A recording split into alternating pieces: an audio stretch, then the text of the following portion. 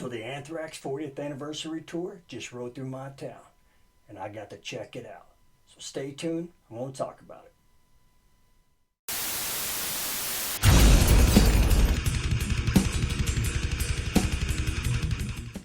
Hey everybody. This is Sean, and welcome back to my channel, Some Dude in Texas. As I mentioned, the Anthrax 40th anniversary tour did roll through my town, and I got to check it out. Now, if you're not familiar with this tour, it's got Anthrax, Black Label Society, and Exodus. And just bottom line, this is a great lineup, and it was an awesome show. But before we go into details, I just kind of wanted to, mention that these guys.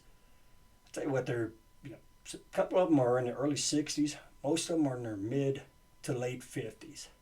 And for them to get out there night after night and perform at this level, this intensity, it's just impressive. It just shows you their dedication to their craft, and you got to applaud that, man. You got to respect it. It's just awesome. Now, the show started off at about 6:45. I ended up not catching the curtain drop for Exodus because of parking and everything. It was kind of crazy. So I missed the first couple songs of them. Exodus, that's a band that I've, always liked, since high school. It brings back a lot of memories of me and my friends kind of driving around town, jamming out to their tunes. Now, most people got into them on Bonded by Blood. I was a couple albums later. Fabulous Disaster. That was the album that caught my attention, Toxic Waltz and the remake of Lowrider. Like I said, just flashbacks of me and my buds driving around town jamming out to that. But they played a great set. They played, a couple songs really stuck out was Blacklist from Tempo of the Dam, and then, of course, Toxic Waltz. They played that when the place went nuts. Had a nice mosh pit going on. So, if you do go to this show, make sure you get there early. I think they got about 2 weeks left of this tour. It's ended up, make sure you get there early to catch Exodus. They sounded great. Mix was a little bit low. As you know, opening bands, they're not as loud as the headliner band. But Exodus, Gary Holt and the guys, man, they crushed it, man. Just dominated. It was a great set. All right, now the middle slot was Black Label Society. Now, Zakk Wylde, I've been a fan of his for, since day one, since his first Ozzy album, No Rest for the Wicked. And I've seen him, several times, either, solo, the Book of Shadows tour, at guitar shows, or even, early Black Label Society. I saw them on the first original tours back in, it was like 98, 99, 2000.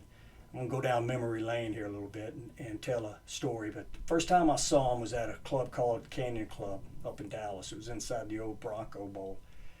Well, why he didn't come through the back part of the venue, come through the back of the stage, I'm not sure. The rest of the guys in the band were already kind of up there.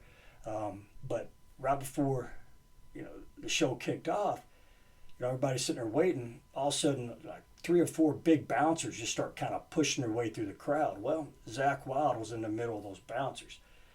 And I was with a couple buddies, and I could see him coming, so I moved out of the way. Well, other buddies, they didn't see it. Well, they got plowed. Man, they got ran over.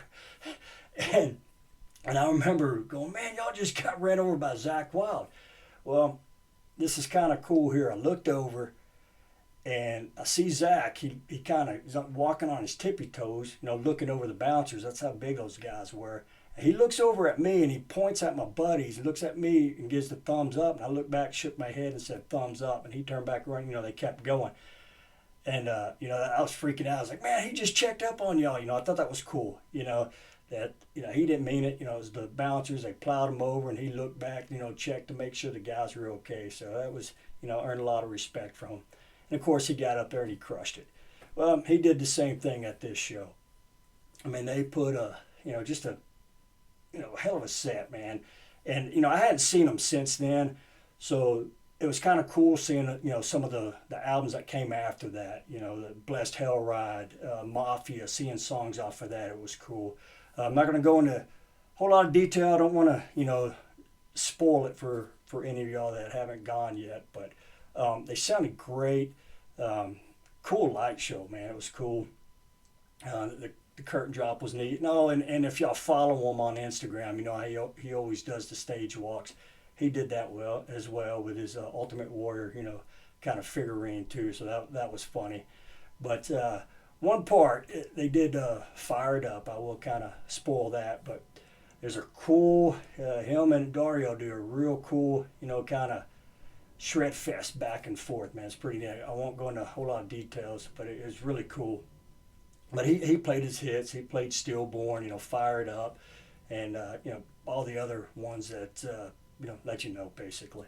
But they also did In This River, and that was pretty cool. He does have a piano, and he played that song, and that was kind of it was a cool moment, showing videos and pictures of him and Dimebag and Vinny as well. So it was pretty cool. Great set as always, man. Black Label Society, they just killed it. All right, now time for the headliners, man. Anthrax. These guys, once again, they've been a favorite of mine since probably my freshman year in high school. I kind of got into them a little late. Didn't get into Among the Living until a little bit later. But State of Euphoria, that was the album that got me, because that was Cotton and Mosh. All of that was on MTV at the time when I was a freshman in high school. So I always liked that. It was a thrash metal, but it's like, they're always smiling and goofing around, wearing the Teenage Mutant Ninja Turtle jams, the Teenage Mutant Ninja Turtle, shorts and jams and all that. So they were, always smiling and stuff. So it was kind of cool. They were heavy and fast, but you can tell they were just kind of jokesters and, goofed around a lot. So that, as a 14-year-old, I thought it was kind of cool. I have seen them a couple times, but never with Joey. I saw him twice, and it was with John Bush. I saw him on the Sound of White Noise tour, and once again up in Dallas at a club called the Canyon, the Canyon Club. And no, take that back. It was actually Dallas City Limits, and they had a band open up. Guy y'all may have heard of. It's his new band. It's Rob Halford's Fight, and they opened up. That's a story for another day, but that was killer. But and I also saw him in, I think it was like '96, and another up-and-coming band, the name of Deftones, opened up for him. That was kind of cool. It was their Adrenaline tour. But actually, these were with John Bush. Never saw him with Joey, so I was really excited to see that.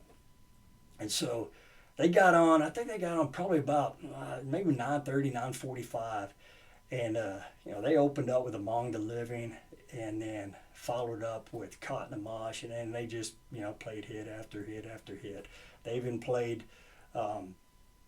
Keep It in the Family off of Persistence in Time. And I'll tell you what, man, that's probably one of my favorite songs and one of my favorite albums from them. But Scott Ian's guitar tone, wow, man. If y'all haven't seen them, or if you have seen them live, y'all know what I'm talking about. If you haven't, man, you're in for a treat. I mean, especially on that opening riff and just that song alone, man, it's just crushing, man. It just radiates throughout the arena or the theater, wherever you're seeing them out. But it was a great set. Joey that guy just never ceased to amaze me, man. His voice still sounds like he did back in the day. Still sounds like the album. And of course, Frank was just all over the place. Scott all over the place. Charlie just, nailing it, man. Just, sounded awesome. And once again, just, kudos and respect to these guys to be able to get up there and play at this level and this intensity, night after night. It was just awesome. Great stage. They had the ramps and the steps, and they were, like I said, they used it, man. They were moving around all over the place. Now, the only thing that I thought was kind of strange was they didn't do an encore. I'm not going to spoil the ending or anything like that, but they played the last song, and that was it. They took their guitars off, and Charlie got out from behind the kit.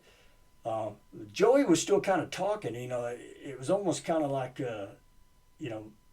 maybe he wasn't ready or it wasn't planned. It just seemed kind of abrupt. It was kind of strange. I don't know what happened. I don't know. I mean, it was right at 11 o'clock. I don't know if they had some kind of curfew. It was an indoor venue, so I don't think it would be that. But don't know what happened. I'll keep my eyes open. If anybody else has seen them, comment. Let me know if that was the same way or if they did an encore or not. But yeah, they didn't. They just they played their set and you know, thanked the fans and threw out guitar picks and drumsticks and all that stuff and took a bow and left. So I don't know. That was the only odd thing, but just a great set from these guys. They sounded awesome. Like I said, I was not disappointed. Never seen them with Joey, and it was, you know, just like being back in high school again, you know. But instead of watching them on MTV, seeing them live, it's just all together. The show was awesome. It's a great tour. I think there's about 2 weeks left, they said. Also, before I forget, they did mention, Scott Ian did mention that they're basically, after this tour, when it's up in a couple of weeks, they're going to take the rest of the year off, and that's so they can write and record another album. So excited about that. They said they'll do that, and then they'll just start right back up in 2024, do it all again, and go on tour. So that's some good news, and that's something to look forward to. But once again, great show if you haven't seen it yet. If you get a chance, go check it out because, you know, they're going to be taking the next year off. If you have seen it, you know, leave your comments. Tell me what you think about it, and, you know, especially about the ending. Let me know about that. I was kind of curious about that. But once again, man, the Anthrax Black Label Society Exodus Tour, yeah, awesome sets, awesome show. Get a chance to see it, go check it out. Y'all come back now, you hear?